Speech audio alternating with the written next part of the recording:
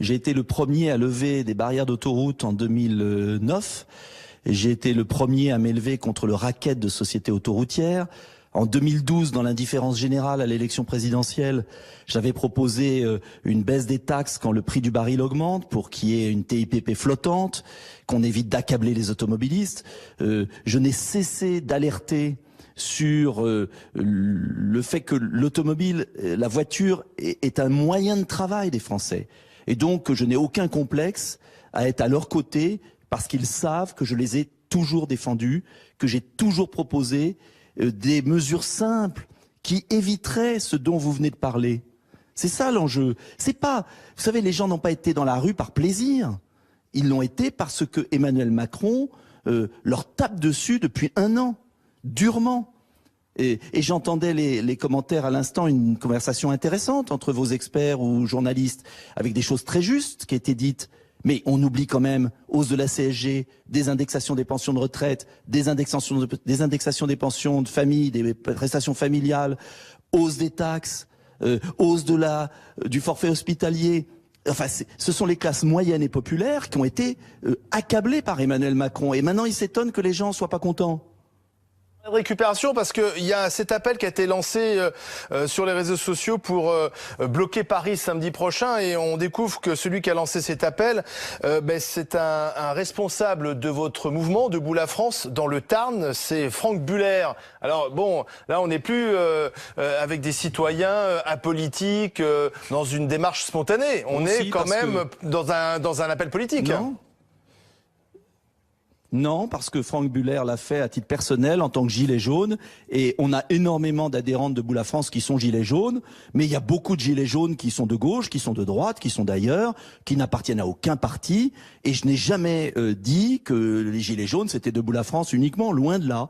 Simplement, est-ce qu'on comprend à un moment l'exaspération de ces Français qui bossent, qui travaillent, artisans, indépendants, agriculteurs, routiers, qui sont massacrés par le gouvernement. Et le discours hier, sincèrement, du Premier ministre, était révoltant pour les gens, tout simplement. Parce qu'on ne peut pas dire d'un côté, je vous écoute, j'entends, et de l'autre dire, on n'en a rien à faire. Parce que c'est ça la réalité, il n'en a rien à faire. Et je pense que ce sont des paroles d'un Premier ministre complètement inconscient et irresponsable. Car les gilets jaunes ne sont pas des excités. Ils attendent quoi ? Ils attendent un moratoire, qu'on se mette autour de la table et qu'on réfléchisse à une fiscalité écologique plus juste. Et je peux vous dire qu'en tout cas, moi j'ai fait des propositions concrètes au gouvernement. Taxer les supercargos et les paquebots qui polluent autant que des millions de voitures. Baisser le prix de l'essence pour le mettre au niveau du diesel et non pas l'inverse. Avoir un plan de prêt à taux zéro pour aider les gens à changer leur voiture. Donc, moi, je suis pas dans la critique systématique. J'avance des solutions. Mais le gouvernement ne veut rien entendre. Eh bien, il va entendre samedi. Et je le mets vraiment, je dis au gouvernement, attention, attention.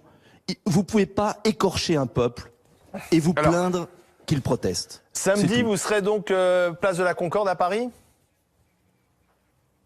Non, moi je suis un responsable politique, je ne vais pas les gêner, parce que je sais que si j'y allais immédiatement, on dirait c'est Debout la France et tout. Il y a des gens de gauche, de droite et d'ailleurs. En revanche, il y aura beaucoup de gilets jaunes de mon mouvement politique. J'irai peut-être avec eux ici ou là, comme j'ai été samedi dernier, mais je l'ai fait avec retenue, parce que c'est un mouvement du peuple. C'est pas le mouvement d'un parti politique. C'est le peuple qui n'en peut plus d'un chef d'État injuste et arrogant. Et vous savez, dans l'histoire de France, moi j'ai beaucoup étudié l'histoire de mon pays, quand il y a injustice et arrogance, il y a souvent désordre.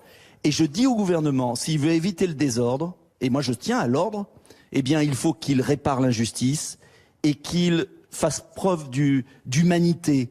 Vous savez, vous l'avez vu vous-même, vous avez eu des reportages intéressants sur votre chaîne, j'ai écouté.